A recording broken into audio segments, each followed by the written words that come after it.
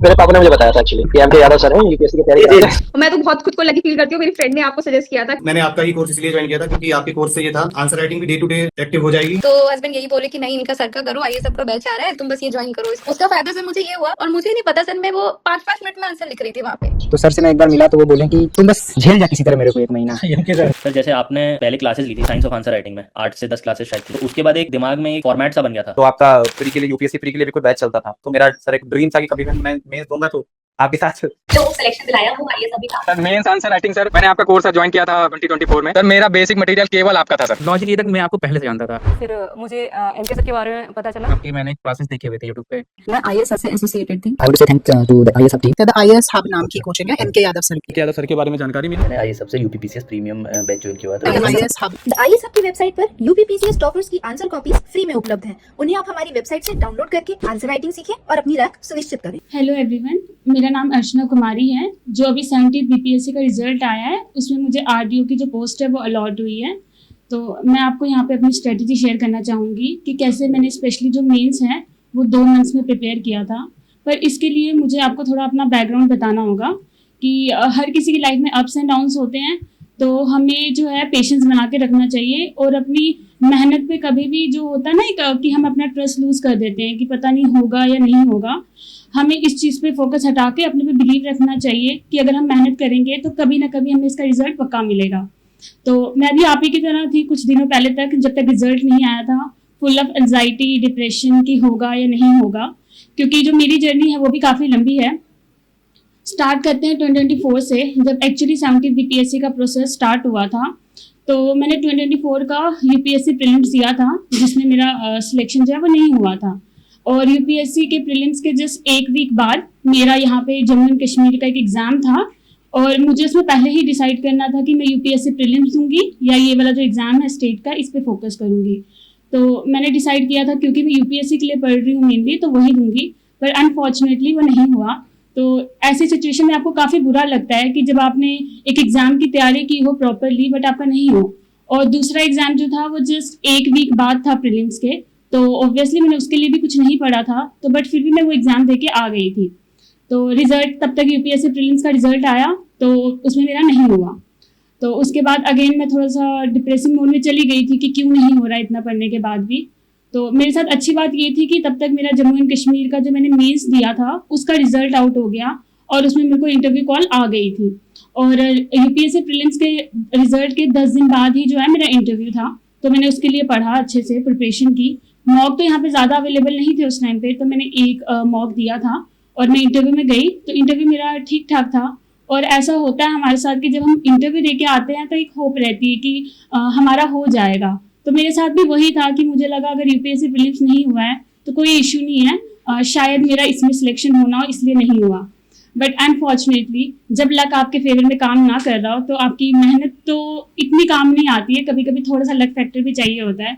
तो उस साल जो है मेरा लक फैक्टर वर्क नहीं किया, और जब Jammu and Kashmir public service commission का फाइनल रिजल्ट आया तो मैं लिस्ट से बाहर थी, मेरा उसमें नाम नहीं था।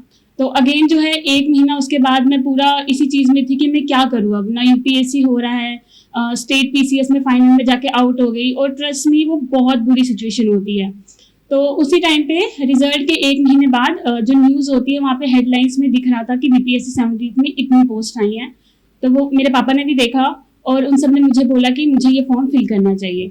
तो मेरा बिल्कुल मन नहीं था, क्योंकि मुझे लग रहा था कि जब इतना पढ़ के नहीं हो रहा है तो बीपीएससी जिसके बारे में मैंने कभी सोचा भी नहीं है वो कैसे होगा। बट फिर भी क्योंकि इतनी पोस्ट आई थी और हर जगह हेडलाइंस में था तो मैंने वो फॉर्म फिल कर दिया। अब फॉर्म तो फिल कर दिया था, सबसे बड़ा इशू था यहाँ पे मेरे पास रिसोर्सेज की कमी थी, और मुझे पता ही नहीं था कि बीपीएससी के लिए पढ़ना क्या है। ये सच है कि हमारे पास आजकल इंटरनेट है तो उससे हमें पता लग जाता है कि क्या पढ़ना है और क्या नहीं पढ़ना है, पर सिर्फ इंटरनेट से तो पढ़ाई नहीं हो सकती ना, रिसोर्सेज बहुत सारे होंगे। बट मेरे पास लिमिटेड टाइम था, इट वाज ऑलरेडी सितंबर जब फॉर्म फिलिंग स्टार्ट हुआ था, और मेरे पास अक्टूबर और नवंबर का टाइम था, क्योंकि दिसंबर 13 को हमारा प्रीलिम्स हुआ था 17th वाला। तो मेरे पास अप्रॉक्स 2 महीने थे एक ऐसे एग्जाम के लिए जिसके लिए मुझे ना मेरे पास रिसोर्सेज हैं, ना मेरे पास एक्सपीरियंस है, और ना ही मेरे पास गाइडेंस है, सबसे बड़ी बात। तो फिर मैंने 1 महीना तो मेरा इसी चीज़ में वेस्ट हो गया कि मतलब सोचते सोचते कुछ हो नहीं रहा, कोई भी एग्ज़ाम नहीं पास हो रहा। तो सबसे अच्छी बात मेरे साथ ये हुई कि मुझे एक पेयर ग्रुप मिल गया टेलीग्राम पे, जिससे मुझे पता लगा कि कौन से रिसोर्सेज पढ़ने हैं। रिसोर्सेज से ज़्यादा मुझे करंट अफेयर्स की टेंशन थी, क्योंकि मेरे पास करंट अफेयर्स की अवेलेबिलिटी नहीं थी उस टाइम पे। तो मेरे को टेलीग्राम के थ्रू जो है मैंने एडिटोरिया की करंट अफेयर्स मैगजीन ली, देन परफेक्शन की जो मंथली है उनका मतलब कंपाइलेशन से जीरोक्स वगैरह निकलवाया और उसको पढ़ना शुरू किया। इस तरह से मैंने करंट अफेयर्स कंप्लीट किया। और बिहार स्पेशल के लिए मैंने एक ऑनलाइन बुक ऑर्डर की थी KBC नैनो, उससे मैंने अपना बिहार स्पेशल कंप्लीट किया। होपफुली जब 30 दिसंबर को प्रीलिम्स हुआ तो मेरी एक सबसे बड़ी मैं मानती हूँ कि ये स्टूपिडिटी है मेरी पार्ट पे कि मैंने आंसर की से मैच नहीं किया। और उस टाइम पे री एग्ज़ाम का इतना चल रहा था कि मुझे लगा कि शायद री एग्ज़ाम होगा तो ये पेपर का वैसे भी आंसर की से मैच करने का फ़ायदा ही नहीं है, तो मैंने वो मैच नहीं किया और मैं बस वेट करती रही कि मतलब देखते हैं जो होगा, क्योंकि मुझे ज़्यादा उम्मीद नहीं थी। मुझे लगा जो इतने सालों से BPSC पढ़ रहे हैं तो वो उनका शायद होने के ज़्यादा चांसेस है, क्योंकि कट ऑफ की स्पेकुलेशन उस टाइम पे काफ़ी हाई जा रही थी। तो फिर ये 23 जैन को जो है रिजल्ट आया प्रीलिम्स का और उसमें मेरा हो गया। तो अगेन मेरे साथ वही सिचुएशन थी जो मेरे साथ JKPSC मेंस के वक्त थी कि प्रीलिम्स का अचानक से रिजल्ट आया, तब मुझे पता लगा कि मेरा हो गया और मुझे प्रिपेयर करना है। पर 23 जैन के बाद भी मैं मेंस प्रिपरेशन नहीं स्टार्ट कर पाई, क्योंकि वही री प्रोटेस्ट वगैरह का इशू चल रहा था, तो मुझे लगा री एग्ज़ाम होगा शायद। उसके बाद फाइनली फेब में मुझे समझ आया कि नहीं, अब मुझे पढ़ना चाहिए मेंस का। तो उसके लिए मैं पटना गई थी यहाँ पे फेब की एंडिंग में अराउंड 18 फेब। और जब मैं 18 फेब को गई तो मेरे साथ एक अच्छी बात ये हुई कि अभी मैं रास्ते में ही थी, जस्ट घर से निकली ही थी अभी, तो मुझे पता चला कि जो वो लिस्ट थी जिसका एग्जाम मैंने दिया था 2024 के UPSC प्रीलिम्स के एक वीक बाद, उसका लिस्ट आउट हो गया था जिसमें मेरा नाम था। वो फाइनल मेरिट लिस्ट नहीं थी, आपकी सिलेक्शन लिस्ट नहीं थी, बट उसमें मार्क्स वगैरह रिवील हो गए थे। तो कहीं ना कहीं मतलब वो मार्क्स देख के मुझे समझ आ गया था कि maybe I am in the process. तो फिर भी पटना जा रहे थे तो पटना चली गई। तो वहाँ पे मैंने मेंस की प्रिपरेशन करने के लिए मुझे अप्रॉक्स 2 मंथ मिले, क्योंकि मार्च और अप्रैल का टाइम था मेरे पास। और फेब में भी मुझे DV प्रोसेस के लिए वापस यहाँ पे जम्मू आना पड़ा। तो इस वजह से मैं आपको बताऊंगी कि मैंने कैसे जो आंसर राइटिंग है या जो मेंस की BPSC मेंस की प्रिपरेशन है वो 2 मंथ के टाइम पीरियड में कैसे की है, उसके बाद मैं आपको अपनी डिटेल में बताने वाली हूँ। तो मेंस आंसर राइटिंग की बात करते हैं कि मैंने मेंस को कैसे प्रिपेयर किया 2 मंथ में। तो सबसे पहले मेंस का जो है एक GS1 है हमारे पास, जिसमें हिस्ट्री आती है, देन करंट अफेयर्स का एक सेक्शन होता है एंड देन स्टैटिक्स का एक पोर्शन होता है। तो जो स्टैट्स था उसमें 72 मार्क्स होते हैं और वो तो कंफर्म होते हैं कि अगर आपने कर लिया प्रैक्टिस या अगर आप ठीक करके आओगे तो उसमें 72 आउट ऑफ 72 होंगे। तो मेरा पहला टारगेट था कि मुझे GS1 में चाहे कुछ भी हो जाए स्टैटिक्स में 72 आउट ऑफ 72 स्कोर करने हैं। उसके लिए जो मेरा मैथ्स था वो थोड़ा ठीक था स्टैटिक्स का, क्योंकि मैंने CSET के लिए प्रिपेयर किया हुआ UPSC के लिए, तो मुझे इतनी दिक्कत नहीं थी। उसके बाद भी मैंने स्टैटिक्स के लिए क्वेश्चंस प्रिपेयर किए, ज़्यादा तो नहीं, मैं ये नहीं बोलूँगी कि मैंने हर दिन एक क्वेश्चन लगाया, DI का ये 2 क्वेश्चन लगाया, ऐसा नहीं है। पर मैंने यहाँ से जाते ही जो है परफेक्शन की टेस्ट सीरीज ज्वाइन कर ली थी मेंस की, जो मेरे जाने तक जब तक मैंने ज्वाइन किया तो उसमें फर्स्ट 8 या 9 टेस्ट अप्रॉक्स जो थे वो ओवर हो चुके थे, तो वो मैं नहीं दे सकती थी। तो उसके बाद से जो फुल लेंथ टेस्ट स्टार्ट हुए, उसमें जब GS1 का पेपर होता था तो उसमें DI भी आता था 72 मार्क्स का। तो मैंने DI की जो भी प्रैक्टिस की है वो उधर ही जाके की है कि डायरेक्ट क्वेश्चन पेपर मिलता था तो उधर DI उधर सॉल्व करती थी। इस वजह से मेरा एक नुकसान ये हुआ कि मुझे DI में ज़्यादा टाइम लगता था। अगर मैंने इसकी अलग से प्रिपरेशन की होती तो शायद मुझे इतना टाइम नहीं लगता। तो फिर मैंने मतलब टेस्ट दे के आती थी, उसके बाद मैं थोड़ा सा लाइब्रेरी में बैठ के अलग से प्रैक्टिस करती थी कि मतलब DI का क्वेश्चन लिया खुद से, ज़्यादा नहीं, मतलब 2 क्वेश्चन सॉल्व किए एक दिन और टाइमिंग के साथ किया कि मतलब मैं कितने टाइम में कंप्लीट कर पा रही हूँ। फिर वीक में मैं ऐसा करके 2 दिन होते थे मेरे वीक में जिस दिन मैं DI सॉल्व करती थी, और सिर्फ 2 या 2 ज़्यादा 4 क्वेश्चन पर इतने ही सॉल्व करती थी, ज़्यादा नहीं करती थी। But again I will say it depends on your individual priority, या फिर आपकी जो खुद की नॉलेज है, बैकअप नॉलेज वो कितनी है मैथ्स पोर्शन को लेके, या आपको कितना डर लगता है इससे। तो मुझे उतना नहीं था कि मुझे लगता था मैथ्स तो हो जाएगा स्टैटिक्स वाला, इसलिए मैंने कम प्रैक्टिस की है। तो अगर जिनको लगता है कि नहीं हो पाएगा तो उनको प्रैक्टिस करनी चाहिए इसकी स्टैटिक्स की। तो उसके बाद ये मेरा स्टैट्स के लिए हो गया।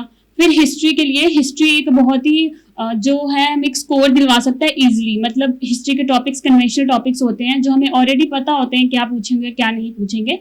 तो अकॉर्डिंगली जो है मैंने हिस्ट्री के नोट्स प्रिपेयर कर लिए, मौर्यन आर्ट, पाला आर्ट, जो भी है ये, पटना कलाम पेंटिंग, और ये जो मॉडर्न इंडिया वाला पोर्शन आता है, मॉडर्न हिस्ट्री, गांधी जी, नेहरू जी, इन पे जो टॉपिक्स होते हैं, ये सारे अच्छे से प्रिपेयर कर लिए थे, इसके नोट्स बना लिए थे। प्रिपेयर आई मीन टू से नोट्स बना लिए थे, क्योंकि मुझे पता था कि हिस्ट्री के लिए मेरे पास कोई और ऑल्टरनेटिव नहीं है। अगर मैंने हिस्ट्री के लिए अच्छे से प्रिपेयर नहीं किया तो जो बाकी स्टूडेंट्स एग्जाम में बैठने जा रहे हैं, मेंस देने जा रहे हैं, उनका हिस्ट्री बहुत अच्छे से प्रिपेयर है, क्योंकि यहाँ पे कन्वेंशनल टॉपिक आ रहे हैं। तो मैंने हिस्ट्री के नोट्स बना लिए थे खुद से, और नोट्स के लिए मैंने जो एडिटोरिया का एक वीकली वहाँ पे आता था, मुझे शॉप्स वगैरह में दिख गया था, मैंने उसका यूज किया था। और अगर मुझे थोड़ा सा जैसे कोट्स डालने हैं, मैंने अपने आंसर्स को अच्छा बनाने के लिए हिस्ट्री के हर आंसर में कोट्स ऐड किए। जो यूजुअली मैंने परफेक्शन का मॉडल आंसर मिलता था, मैंने उसमें से वो कोट्स जो है डिराइव किए थे और अपने नोट्स में ऐड ऑन कर लिए थे। और मैं कोशिश करती थी जो मेरा कंक्लूजन हो उसमें भी एक कोट ऐड हो। ऐसा मैंने 69th के पेपर से एनालाइज किया था, जो टॉपर्स कॉपीज होती है उसमें से। उसके बाद जो सेक्शन था वो था मेरा करंट अफेयर्स वाला। तो करंट अफेयर्स ऑनेस्टली मैंने सबसे एंड में किया था, मतलब GS1, GS2 और ऐसे के कंप्लीट के बाद जो है मैंने ये अपना करंट अफेयर्स वाला सेक्शन किया था। तो करंट अफेयर्स के लिए मैंने लास्ट में क्या किया था कि जितने जितने टॉपिक्स थे, क्योंकि वो हर कोचिंग इंस्टीट्यूट आपको प्रोवाइड कर देते हैं उस टाइम पे कि कौन से टॉपिक जो है उसके ज्यादा आने की प्रोबेबिलिटी है, क्योंकि बीपीएससी में कहीं ना कहीं करंट अफेयर्स प्रिडिक्टेबल होते हैं। तो जो जो टॉपिक मुझे अलॉट हुए थे, मतलब कोचिंग इंस्टीट्यूट से या टेलीग्राम के किसी ग्रुप से, उन पे मैंने अलग से नोट्स तैयार कर लिए थे। और बहुत ही लंबे नोट्स नहीं थे वो, लाइक 1 पेज टाइप नोट्स थे। जैसे हमारा था यूसीसी वगैरह जो टॉपिक्स हैं, इन पे मैंने एक एक पेज के नोट्स जो है वो तैयार करके रखे थे मेंस के लिए कि मैं ये रिवाइज करूंगी। और आईआर को मैंने अच्छे से किया था। आईआर के जितने भी उस टाइम पे न्यूज में थे, सब कंट्रीज के साथ हमारे रिलेशंस या भी जो करंट में टॉपिक्स हैं, उन पे मैंने सब पे एक पेज के नोट्स तैयार करके इनको अच्छे से रिवाइज कर लिया था। स्पेशली जो उसमें डाटा मैंने इंक्लूड किया था कि डाटा फैक्ट वगैरह जो है थोड़े ज्यादा इंक्लूड कर सकूं। उसके बाद आते हैं GS2 पे। GS2 के लिए जो हमारा पोर्शन है, एक पॉलिटी आता है, देन एक इकोनॉमी प्लस ज्योग्राफी का सेक्शन आता है, एक साइंस एंड टेक आता है। तो इसमें सबसे पहले मैंने साइंस एंड टेक पे स्टार्ट किया अपना काम करना, क्योंकि साइंस एंड टेक भी काफी प्रिडिक्टेबल होता है आपके पास। उसमें हमें पता है कि डिसास्टर से फ्लड वगैरह वाले टॉपिक आ सकते हैं, ऊपर से उसमें AI का क्या यूज हो रहा है या टेक्नोलॉजी का यूज क्या हो रहा है। देन हमारे पास बायोटेक्नोलॉजी पे क्वेश्चन आते हैं, नैनो टेक्नोलॉजी पे क्वेश्चन आते हैं। तो मतलब एक होता है कि कुछ पर्टिकुलर टॉपिक्स होते हैं जो हमें फिक्स होते हैं कि ये तो आने ही आने हैं। तो सबसे पहले मैंने इसमें नोट्स तैयार कर लिए, नैनो टेक्नोलॉजी पे उसकी एप्लीकेशंस, देन बायोटेक्नोलॉजी उसकी एप्लीकेशंस, देन AI और उसकी एप्लीकेशंस। और अगेन इसके लिए मैंने जो मटेरियल यूज किया वो मैंने यूपीएससी की जो टॉपर्स कॉपीज होती हैं या फिर जो टॉपर्स अपने नोट शेयर करते हैं साइंस एंड टेक, उसमें से मैंने कन्वेंशनल टॉपिक उठाए, मतलब AI, बायोटेक और नैनोटेक। और जो अब मुझे इसमें एक अलग चीज ये करनी थी कि मुझे इसमें बिहार रिलेटेड डाटा यूज करना था, कि अगर मैं नैनोटेक का एप्लीकेशन लिख रही हूँ तो उसमें बिहार में वो चीज कहाँ पे यूटिलाइज हो रही है, प्रैक्टिकल कहीं पर है या नहीं। तो इसके लिए मैंने क्या किया था, जो परफेक्शन के मॉडल आंसर्स थे साइंस एंड टेक रिलेटेड, उसमें उन्होंने काफी अच्छी एग्जांपल्स दी थी। कि मुझे अभी भी याद है, कुछ तो एक नालंदा में दिया था जिसमें वो बायोटेक्नोलॉजी का यूज करके कुछ मतलब मैंगो या लीची की प्रोडक्शन के लिए वो कुछ तो यूज कर रहे थे, या एक जगह बनाना का कुछ था ऐसा। तो ये सब मैंने जो एग्जाम्पल्स हैं वो परफेक्शन के मॉडल आंसर से ले लिए थे। और इससे मैंने ये जो 3 टॉपिक्स है ये अच्छे से प्रिपेयर कर लिए थे। देन फ्लड वाला टॉपिक अच्छे से कर लिया था। और जो बाकी साइंस एंड टेक के करंट अफेयर्स वाले टॉपिक होते हैं, जैसे 5G वर्सेस 6G या फिर चंद्रयान मिशन, स्पेस मिशन, ये सब मैंने शॉर्ट में प्रिपेयर किया था। क्योंकि जैसे मैं आपको कह रही हूँ कि मेरे पास सिर्फ 2 ही महीने थे, तो मेरे पास इतना टाइम नहीं था कि मैं हर टॉपिक के लिए अलग से डिटेल नोट्स बना पड़ूं। बट हाँ, मैंने ऐसा इंश्योर किया था कि जो कन्वेंशनल टॉपिक है उसके नोट्स तो एटलीस्ट मेरे पास रेडी रहने चाहिए, क्योंकि उसका कोई ऑल्टरनेटिव नहीं है। और एक और चीज मैंने ये की थी कि लास्ट में जब मतलब एग्जाम पास में थे, तो जो मुझे परफेक्शन के टेस्ट सीरीज में ज्यादा इंपॉर्टेंट लगते थे साइंस एंड टेक के लिए, उसको मैं उसी मॉडल आंसर की कॉपी पे ही हाईलाइट कर देती थी कि मुझे लास्ट में यहीं से रिवाइज करना है। देन उसके बाद में पॉलिटी की तैयारी की थी मैंने। तो पॉलिटी के लिए तो टॉपिक्स कन्वेंशनल होते हैं, वही फंडामेंटल राइट्स, बीपीएसपी, ये सब मैंने प्रिपेयर कर लिए थे। प्रेसिडेंट की पावर, गवर्नर की पावर, इनके बीच का difference, then prime minister, chief minister, ये सब पे मैंने टॉपिक्स प्रिपेयर कर लिए। बट इसके अलावा जो बाकी टॉपिक्स होते हैं वो मैं प्रिपेयर नहीं कर पाई अच्छे से, क्योंकि टाइम का क्रंच था, काफी कम टाइम रह गया था मेंस के लिए। तो उसके लिए अगेन मैंने क्या किया कि जो परफेक्शन की टेस्ट सीरीज के मॉडल आंसर थे उसी में जो मुझे ज्यादा इंपॉर्टेंट लगता था कुछ, कि हाँ ये पॉलिटी में शायद पूछ सकते हैं, जैसे आर्टिकल 21A हो गया, उससे मुझे रिलेटेड कुछ अच्छा डाटा वगैरह दिख लिया, तो वो मैं प्रिपेयर कर लेती थी। और ऐसे मैंने अपना पॉलिटी प्रिपेयर किया था। और इसके लिए अगेन रिसोर्सेज के लिए मैंने पॉलिटिकली एडिटोरिया तो नहीं यूज़ किया, बट हाँ परफेक्शन की मॉडल आंसर्स का यूज़ किया, और जो लक्ष्मीकांत वगैरह है वो भी यूज़ किया मैंने उसके लिए काफ़ी, क्योंकि लक्ष्मीकांत मैंने पढ़ा हुआ था तो मतलब मैं काफ़ी यूज टू थी उसकी, तो मैंने वहाँ से भी कुछ जो है जैसे प्रेसिडेंट की पावर्स हो गए, स्पेशली आर्टिकल नंबर, मैंने ये इंश्योर किया कि अगर मैं प्रेसिडेंट, गवर्नर या ऐसा कोई टॉपिक कर रही हूँ और उनके फंक्शंस या पावर्स बता रही हूँ तो मैं उसमें आर्टिकल पक्का मेंशन करूँ, ताकि जो मेरे आंसर्स है वो थोड़े से अलग दिखे और थोड़े पॉलिटिकल एंगल वाले दिखे कि इसमें पॉलिटी स्पेसिफिक कुछ किया है मैंने। उसके बाद नेक्स्ट क्वेश्चन है ज्योग्राफी और इकोनॉमी। ये काफ़ी वास्ट टॉपिक है ज्योग्राफी और इकोनॉमी का, और at the same time mains बिल्कुल पास आ चुका था, हार्डली 10 डेज बचे थे मेरे पास मेंस के लिए, तो ज्योग्राफी इकोनॉमी के लिए मैं ज़्यादा कुछ तो नहीं कर पाई, बट हाँ जो बिहार स्पेसिफिक ज्योग्राफी है उसके लिए मैंने नोट्स तैयार कर लिए। अगेन मैंने परफेक्शन की टेस्ट सीरीज का जो मॉडल आंसर होता है उसका यूज़ किया, और जो एडिटोरिया का वीकली कंपाइलेशन था ज्योग्राफी को लेके उसका भी अच्छे से यूज़ किया मैंने, और उन दोनों को मिला के मैंने बिहार स्पेसिफिक ज्योग्राफी के नोट्स तैयार कर लिए। और जो इंडियन ज्योग्राफी के कन्वेंशनल टॉपिक्स हैं हमारे पास, जैसे साइक्लोन्स वगैरह हो गए, ठीक है, तो ये सब भी मैंने अच्छे से प्रिपेयर कर लिया था। साइक्लोन्स, सॉइल्स, प्लेट्यू वाला मतलब जो प्लेट्यू स्पेसिफिक क्वेश्चंस होते हैं ये सब मैंने प्रिपेयर कर लिया था ज्योग्राफी के लिए। और इकोनॉमी पे मैं ज़्यादा फोकस नहीं कर पाई क्योंकि एग्जाम के लिए बहुत कम टाइम बच गया था, तो इकोनॉमी के लिए मैंने वही परफेक्शन का अगेन वहीं से डाटा वगैरह लिया, और मैंने इकोनॉमिक सर्वे और बजट को अच्छे से रट लिया था ताकि इकोनॉमी में जो भी क्वेश्चन आए मैं उसमें ग्राफ ड्रा कर सकूँ और डाटा जो है उसमें लिख सकूँ, क्योंकि मुझे लग रहा था कि इकोनॉमी में जितना ज़्यादा डाटा लिखूंगी उतना ज़्यादा जो मार्क्स फेच करने के ज़्यादा मेरे पास स्कोप होगा। तो मैंने ये ऐसे करके इकोनॉमी का प्रिपेयर किया था और साथ में ज्योग्राफी का भी। तो ये कहीं ना कहीं मेरी गलती थी, मैं मानती हूँ कि मैंने 2 ही महीने दिए। तो अगर आप जो भी ये वीडियो देख रहे हैं मैं उनको ये सजेस्ट करूँगी कि आप ऐसा मत करना, जैसे ही प्रीलिम्स दे के आते हो अपना आंसर की से पक्का मैच कर लेना। मेरे साथ हमेशा ये इशू होता है कि मैं कभी भी आंसर की से मैच ही नहीं करती और हमेशा इस डायलेमा में रहती हूँ कि पता नहीं होगा या नहीं होगा।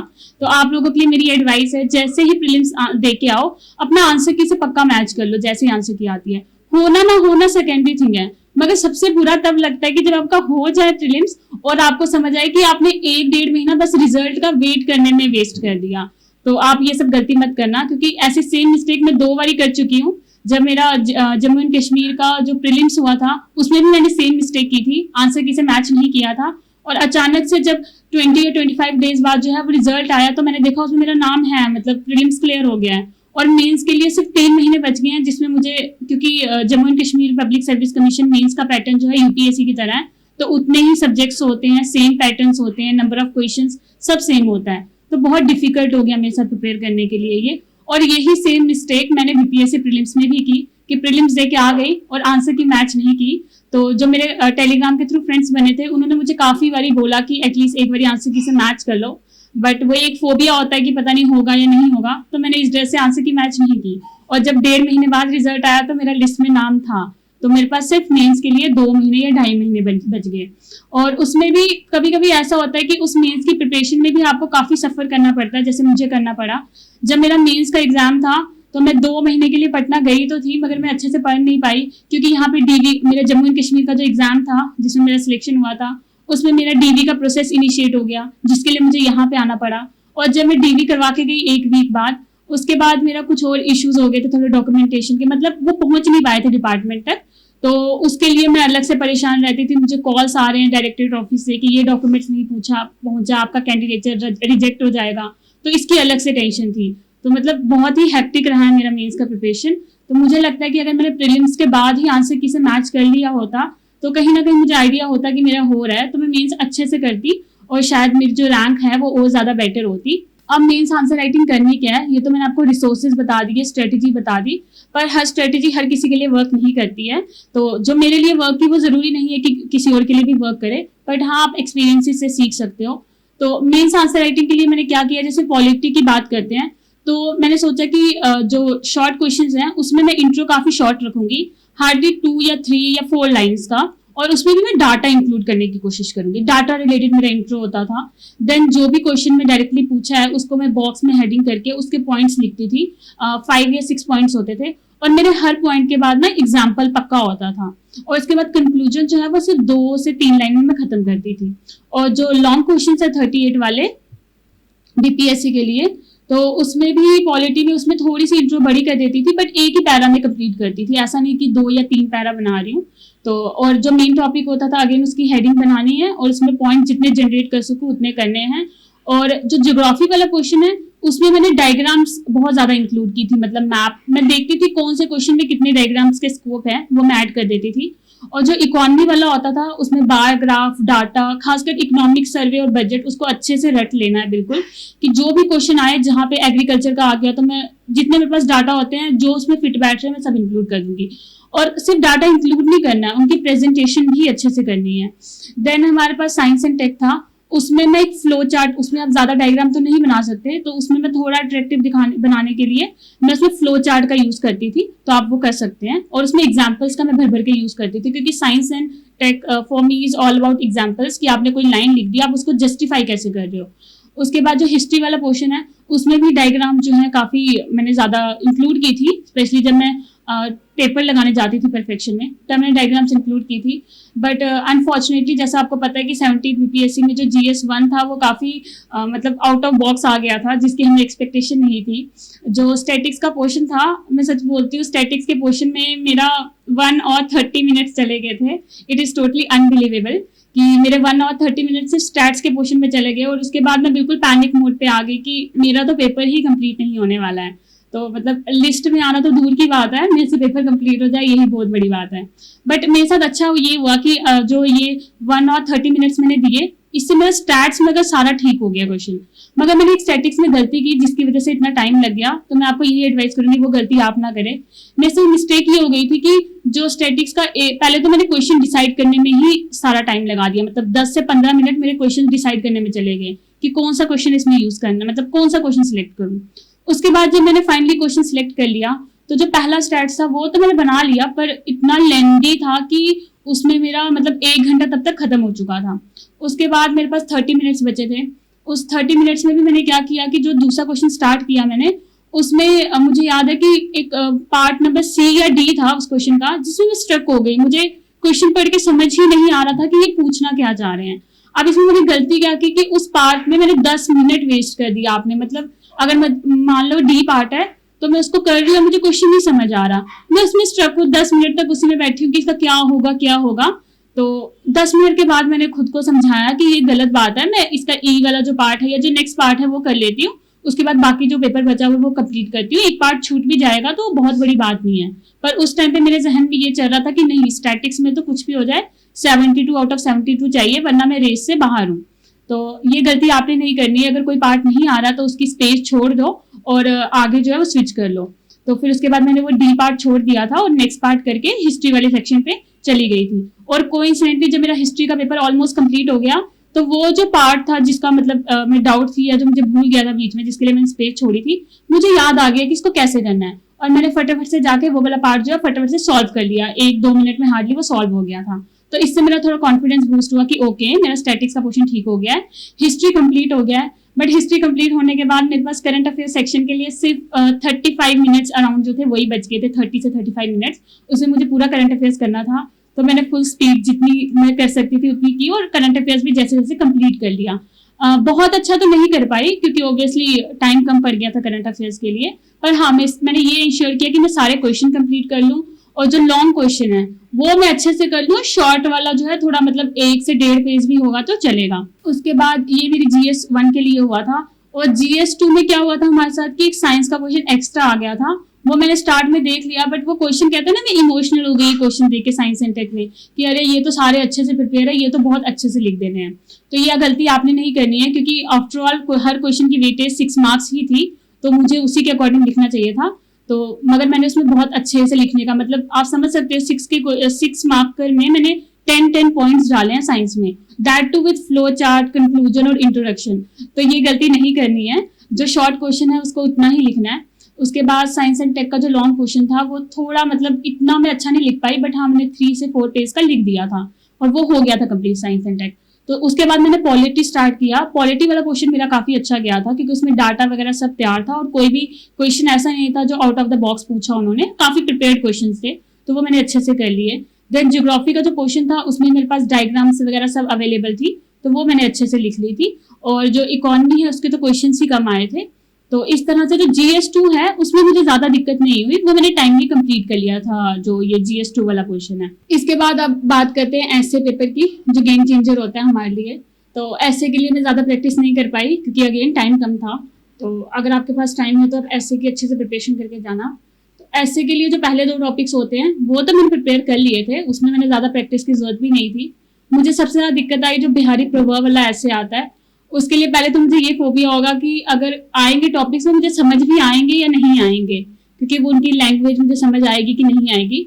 हालांकि जो मैंने प्रीवियस ईयर्स देखे थे, PYQ लगाए थे, उससे मुझे इतना समझ आ गया था कि अगर वो 4 टॉपिक दे रहे हैं बिहारी प्रभाव ऐसे पे, उसमें से कम 1 या 2 टॉपिक तो ऐसे पक्का होंगे जो किसी को भी समझ आ जाए।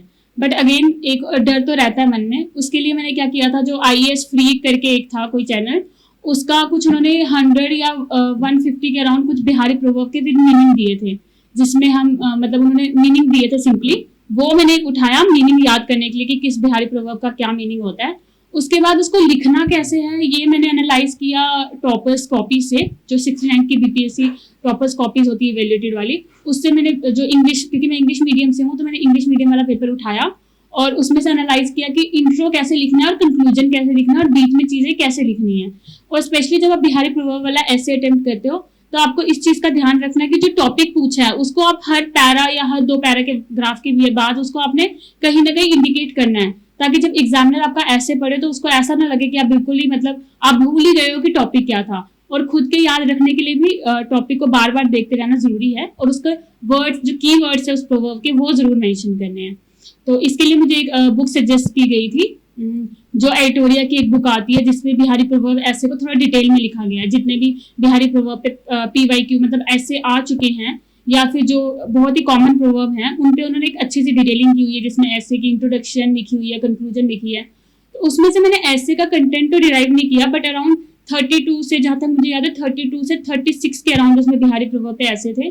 तो उन सब के मैंने मीनिंग देख ली उस एडिटोरिया जो ऐसे बुकलेट थी, और उसमें से जो इंट्रो होता है ना, उन सबके इंट्रो मैंने अच्छे से देख ली थी, क्योंकि मुझे सबसे ज्यादा इंट्रो का इशू था।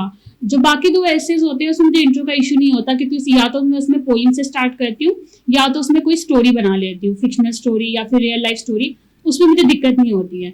तो अगर आप में से भी किसी का बिहारी प्रभाव का ऐसे वीक है तो मैं सजेस्ट करूंगी उसके लिए अच्छे से प्रैक्टिस कर ले, स्पेशली जो इंट्रो और कंक्लूजन पार्ट होता है उसकी अच्छे से प्रैक्टिस कर ले।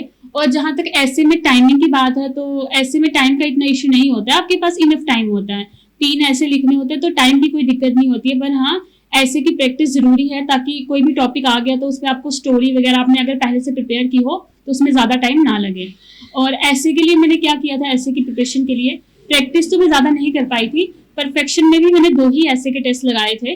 तो उसके अलावा मैंने बट ये किया था कि जो कन्वेंशनल टॉपिक्स होते हैं, जैसे मुझे पता है कि AI पे आ सकता है, क्लाइमेट चेंज पे आ सकता है, या एग्रीकल्चर पे आ सकता है, वुमेन रिलेटेड इश्यूज पे आ सकता है, तो मैंने इनके अलग से नोट्स तैयार कर लिए थे, जिसमें मैंने पोइम्स मतलब वुमेन रिलेटेड पोइम्स अच्छी खासी वो लिख ली थी, कोट्स अच्छे खासे लिख लिए थे। और बिहारी प्रभाव के लिए मैंने जो हिंदी में हमारे पास वो आती है ना, तुलसीदास के दोहे हो गए, ये सब मैंने प्रिपेयर कर लिया था। इसको मैंने हिंदी में नहीं लिखा था बट इंग्लिश में ही लिखा था, मतलब जो लैंग्वेज थी इंग्लिश वाली थी, बट हाँ मैंने हिंदी वाले, इसमें जो बिहारी प्रभाव होता है मैंने हिंदी वाले कोर्स यूज किए थे रेदर देन इंग्लिश वाले। तो ये आप कर सकते हो। और उसके बाद हमारा ऑप्शनल आता है एक, तो ऑप्शनल के लिए मैंने अपना ऑप्शनल सोशियोलॉजी रखा था, क्योंकि मेरा बैकग्राउंड भी सोशो का ही है और मैंने अपने JKPSC ऑप्शनल में भी सोशो ही प्रिपेयर किया था। तो मैं क्लियर करती अपने ऑप्शन को लेके सोशो रखना है, तो उसके लिए मैं ज़्यादा नहीं पढ़ा था, क्योंकि मैंने 69 का PYQ उठा के देखा सोशो का, तो काफ़ी मतलब इतना डोएबल था, ऐसा था कि हम पास कर सकते हैं। तो उसके लिए मैंने क्या किया था, ज़्यादा टाइम नहीं दिया था। जब मेरा मेंस एग्जाम से पहले मुझे सोशो ऑप्शनल था, बस उससे 1 दिन पहले मैंने जो है सोशो की वो नितिन जो बुक आती है नितिन सांगवान की, वो बुक उठाई थी और उसमें से मैंने कंप्लीट कर लिया, मतलब सोशो का जो है रिवाइज कर लिया था ऊपर से, और वो हो गया था आराम से। तो ऑप्शनल के लिए ज्यादा टाइम नहीं देना है अगर आपका प्रिपेयर है। बट BPSC में मैंने एनालाइज किया कि ज्यादातर बच्चे जिनको ऑप्शनल क्लियर नहीं होता है, मतलब उनको नहीं पता होता कि ऑप्शनल कौन सा रखना है, तो वो हिस्ट्री चूज करते हैं। That is also good option, क्योंकि मुझे भी मेरी PG में कुछ बच्चे मिले थे जिनका मेंस था और उन्होंने भी हिस्ट्री ऑप्शन रखा था। तो वो आप पे डिपेंड करता है ऑप्शनल पे कि आपका ऑप्शनल पे जो है बैकग्राउंड नॉलेज कितना स्ट्रॉन्ग है। अगर आपका बैकग्राउंड जो है ऑप्शनल उससे रिलेटेड है तो आप उसको नहीं भी प्रिपेयर करोगे, 1-2 दिन में करोगे तो चल जाता है वो, क्योंकि इतना टफ वो पेपर नहीं डालते हैं कि पास ना कर सके। तो ये मेरी ओवरऑल स्ट्रेटजी थी मेंस के लिए।